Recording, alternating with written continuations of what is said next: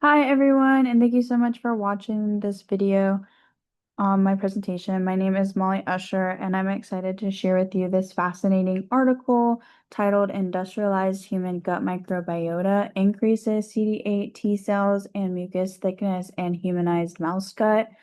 This was published in 2023 by Van Gay and his colleagues. Now, that title might seem intense at first, but by the end of today, I promise it will all make sense. This paper explores how the microbes we carry in our gut, especially those shared by modern industrial lifestyles, can impact our immune systems and the protective mucus that lines our intestines. The researchers used a clever experimental model to isolate these effects, and the results raise important questions about how our environment and lifestyle might be affecting our gut health and overall disease risk. In this talk, I'll walk through the background of the study, explain the methods and what makes them unique, show the most important results, and explain why they matter, not just for mice, but for human health and disease prevention.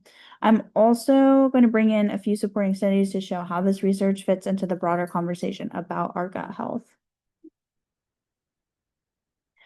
So here's the bottom line up front. Microbiota, or the community of microbes living in our gut, differs depending on where and how we live. People living in modern industrialized countries tend to have lower microbial diversity and different dominant bacteria than those in rural, non-industrialized settings. This study asked, could these microbial differences actually change the immune system and the gut lining in measurable ways? And the answer was yes. When mice were given microbiota from industrialized U.S. donors, they developed more CD8 T cells, a type of immune cell associated with inflammation, and had different mucus characteristics compared to mice given microbiota from Thai donors who live in a more traditional, transitional environment. The real strength of this study is how clearly it shows that our environment, through our microbes, can influence immune function. That begins to answer bigger public health questions about why chronic inflammatory diseases are rising.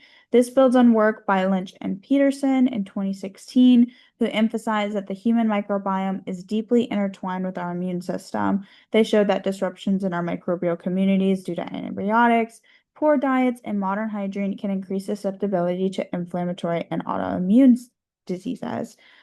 This research can be looked at to more deeply by you if you're interested. In the reference site, I'll include that information as well as some other supporting research articles that I'm going to bring out through the rest of this presentation. Let's take a step back. We know that the human gut is home to trillions of bacteria. They help us digest food, make vitamins, and even train our immune system. But over the last century, with changes in diet, hygiene, antibiotic use, and urbanization, our microbiota has also changed.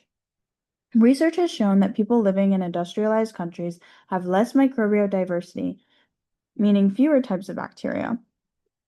There's also a shift in which bacteria are dominant. For example, in traditional diets, Prevotella is common, while in Western diets, Bacteroides takes over. These differences may be linked to rising rates of autoimmune disease, allergies, and gut disorders. In traditional societies, like in parts of Thailand, people often eat diets rich in vegetables, fermented foods, and fiber. These promote a more diverse microbiome. By contrast, Western diets are lower in fiber, higher in fat, and often include food additives that may harm microbial balance. But most of this evidence is correlational. That's why this study is so important. It uses an animal model to test whether these microbiota differences actually cause changes in the gut, immune system, and mucus layer. This ties into findings from Sonnenberg and Backhead in 2016, who showed that dietary fiber plays a crucial role in maintaining a healthy, diverse microbiota. Their work demonstrated that low fiber diets in Western societies contribute to microbial loss and weaker mucus layers, making the gut more susceptible to inflammation and disease. So why does this matter? Well, if microbiota differences truly influence how our immune system behaves, that means our modern lifestyle could be shaping our disease risk in a very direct way. Rates of autoimmune conditions like Crohn's disease or type 1 diabetes are rising, especially in countries with industrialized lifestyles. At the same time, our microbiota is becoming less diverse.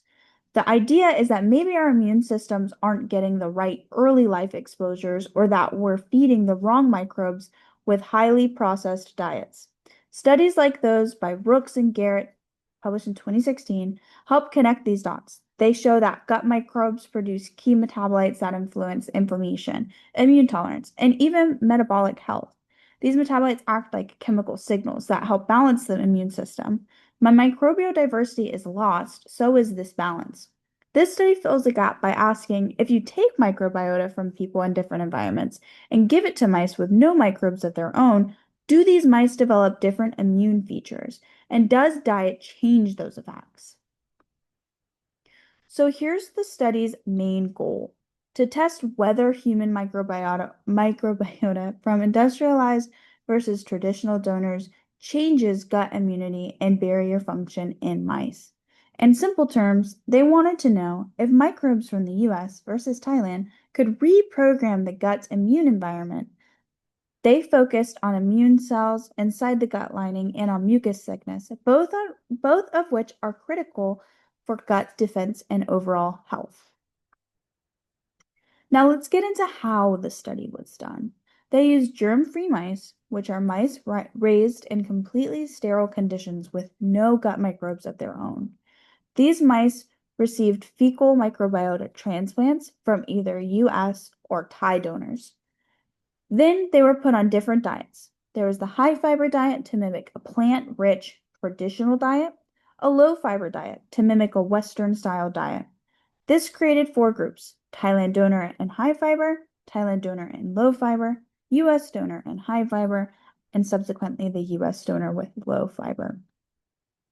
After 8 weeks, the mice were euthanized and their intestines were studied using flow cytometry and histological staining. They measured immune cell populations and used microscopy to examine mucus thickness. This design let researchers take apart how both the microbiota and diet affect gut immunity and structure. This is where it gets really interesting. Mice with US microbiota had more CD8 and T cells. These are associated with inflammation. Inflammation isn't always bad, but when it's persistent, it can lead to disease. Thai microbiota led to more CD4 T cells, which help regulate the immune system, suggesting a more balanced environment. High fiber diets boosted CD8 T cells, which may support protective immunity. The key point is that the industrialized microbiota tilted the immune system toward inflammation, while traditional microbiota seemed more regulatory. According to Brooks and Garrett, as mentioned earlier, published in 2016, this could be due to differences in microbe-derived metabolites. These metabolites communicate with immune cells and can push the immune system toward either inflammation or tolerance. So the microbial communities we carry aren't passive. They're actively shaping how our immune systems respond to the world. That's the information that we're getting from these graphs inside of this research article. So let's talk about the gut's physical structure. Crypt depth was greater in Thai microbiota groups. This might mean better regeneration of the gut lining, which is crucial for resisting injury. Villus height didn't change much, but that's okay. It's less sensitive to microbiota in the short term. Now the mucus layer, it was significantly thicker in Thai microbiota mice. Mucus protects the gut by forming a barrier between microbes and the intestinal wall. This connects with findings by Manner et al., a research article published in 2020, who found strong associations between microbiome composition and disease risk. They showed that people with disrupted microbiota had higher levels of systemic inflammation and were more prone to chronic diseases. So having a healthy, protective mucus layer could be one way our microbes help defend us, not just in the gut, but systemically. Western microbes didn't increase mucus thickness, even though they increased immune cell activation. That's concerning. because it means inflammation without protection.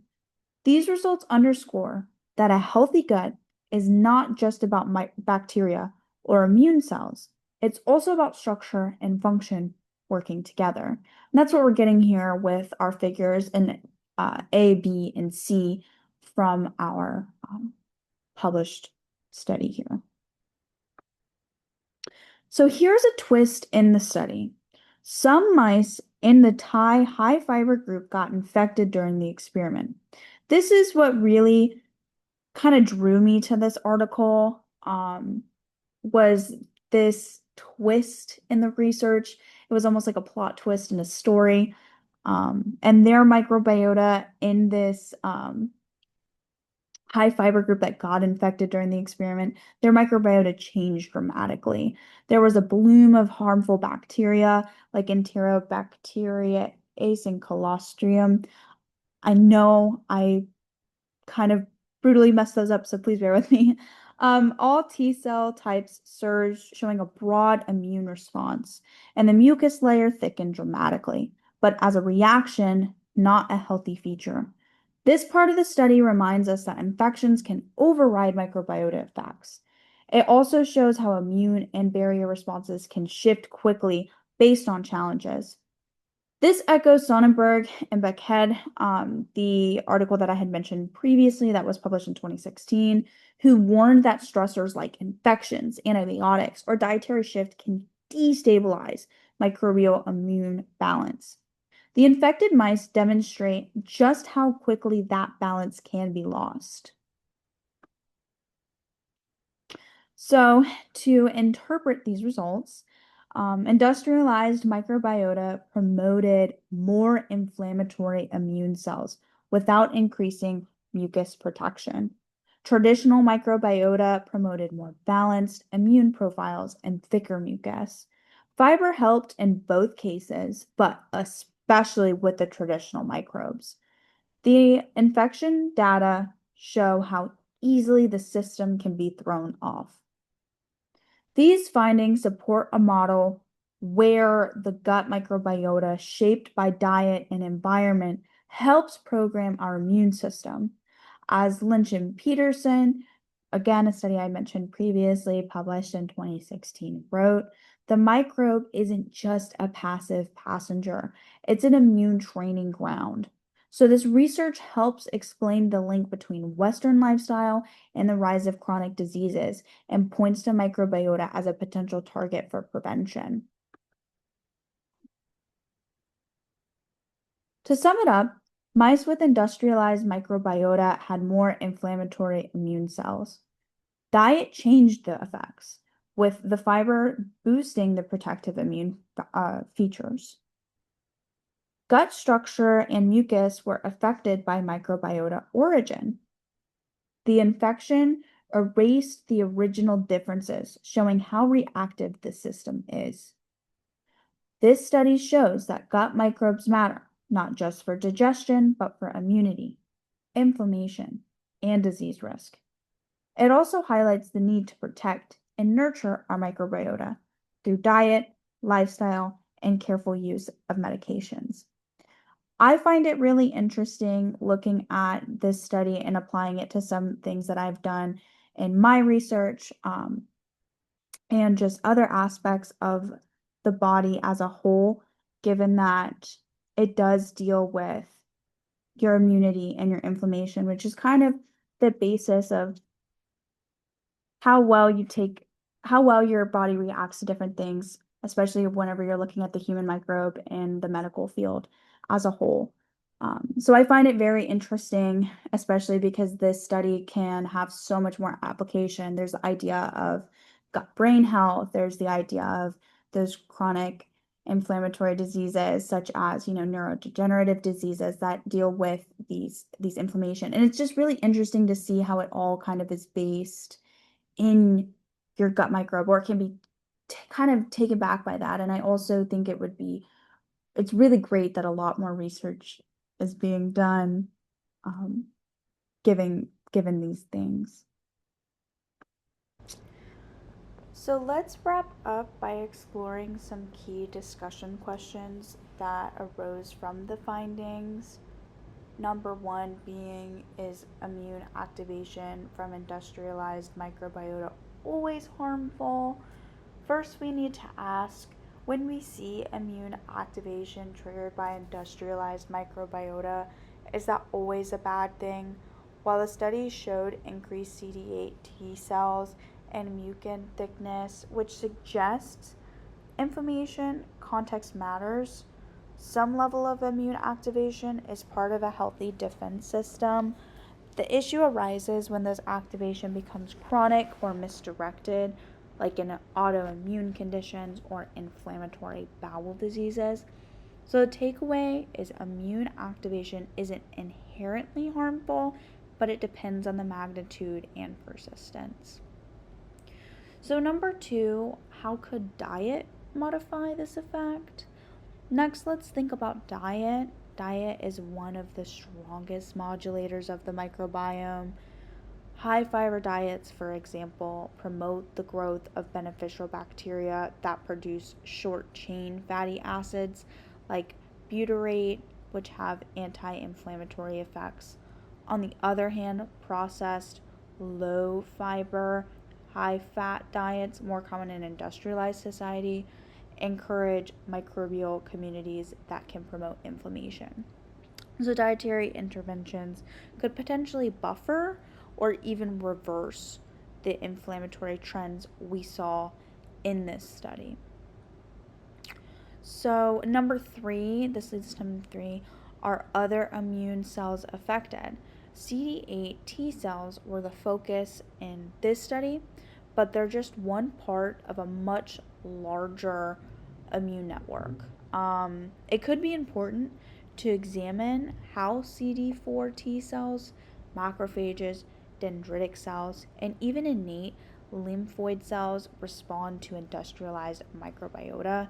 For instance, shifts in regulatory T cells could explain loss of tolerance, while changes in neutrophil recruitment might indicate barrier changes. Understanding the full immune landscape would help us identify specific therapeutic targets. Number four, could we develop probiotics to reverse these effects? This brings us to one of the most exciting possibilities, therapeutic probiotics. If we know which strains are missing or which metabolites are lacking in industrialized microbiota, we could design probiotics to supplement or restore those functions. For example, a probiotic rich in Bacillobacterium preunstii or Akkermansia muciniphila might reduce inflammation or strengthen the gut barrier. Please bear with me. I know my pronunciation is quite heinous. But it's not just about adding the bacteria, it's about rebuilding the right ecosystem as a whole. Number five, what donor characteristics matter most? And finally, we have to ask, when we use donor microbiota, what traits matter most? Is it age, health, status, dietary history, antibiotic exposure? All of these shape the gut microbe. It's possible that even donors from similar geographic regions can have vastly different microbial communities. So to make microbiota transfer therapies effective, we need to develop a deeper understanding of which donor characteristics actually predict positive outcomes. Whether you're interested in immune signaling, public health, clinical translation, or microbe science as a whole, I encourage you to jump into the conversation. You don't need to have the right answer. I just want to see different perspectives and learn from you guys, as well as have some ideas challenged with some other assumptions along the way. And lastly, here is the list of some of the references that I had mentioned throughout the presentation. I highly, highly, highly recommend going and looking at these. Just gives you really good background for some of the information I was talking about. shows some of the good future implications about it, and I think it will help you have a little bit more context just as a whole. But like I said, I do highly recommend diving deeper into those, as they did give me a good foundation for this research, and understanding exactly what was going on throughout the different figures and whatnot. Overall, thank you guys so much for listening. I hope you guys learned something. I hope you enjoyed it. And I hope you all have a wonderful rest of your day.